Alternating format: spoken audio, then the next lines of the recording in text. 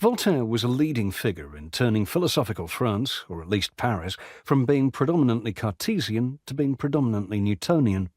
He wrote the first popularization of Newtonian philosophy to appear in France, The Elements of Newton's Philosophy, in 1738. It summarizes, for the non-mathematician, Newton's system of the world, the doctrine of gravitational attraction, and Newton's experimental work on light and colors. But Voltaire's enthusiasm for Newton also rested on the religious implications that he saw in Newton's philosophy.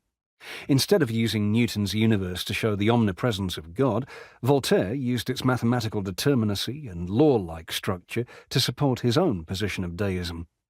Deism, a doctrine also favoured by John Toland, is the belief that although God initially created the universe, he then left it alone to run according to the immutable laws of nature, also divinely created and ordained, much like a clock that never runs down. The position rejected ideas of divine providence, the idea that prayers have any efficacy, and in fact most of the central tenets of Christianity. By emphasizing Newtonianism's picture of an entirely deterministic universe governed by laws, Voltaire saw himself as undermining the French Catholic Church, which he saw as a bastion of ignorance, superstition, and social privilege. Another aspect of Newton's appeal in 18th century France was its value for mathematicians.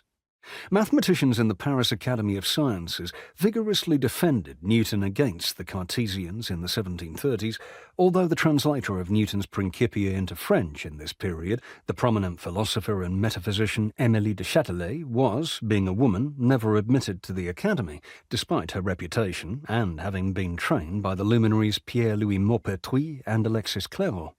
Some mathematicians who were in the Academy, like Jean-Laurent d'Alembert, were attracted to the mathematical possibilities of Newton's worldview.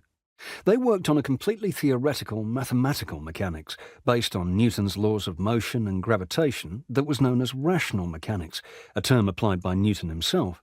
By accepting Newton's view of a world composed of forces and particles, they gave themselves countless interesting new problems to solve. Their skills therefore claimed for them a central role as experts in understanding the nature of a universe framed in those Newtonian terms. But the wider appeal, and the overall convincing quality, of Newton's physical universe lay to a great extent in the aspects that Voltaire particularly promoted. D'Alembert, the mathematician, was attracted by the political uses of Newton. These two aspects, the interest for mathematicians and the broader social implications, brought about a practical victory for Newtonianism over Cartesianism in the French Academy of Sciences during the 1730s and 40s. Although Voltaire is the most notable example of Newton's ideological appeal in France, he was not a member of the Academy. But he was an important member of a liberal intellectual reform movement that included Academy members and was at the forefront of promoting Newtonian philosophy and related ideas in France throughout the century.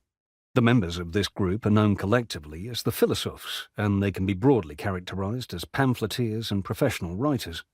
Like Voltaire, who was one of the earliest, they saw themselves as the vanguard of liberal reform and enlightened rationalism in 18th century France.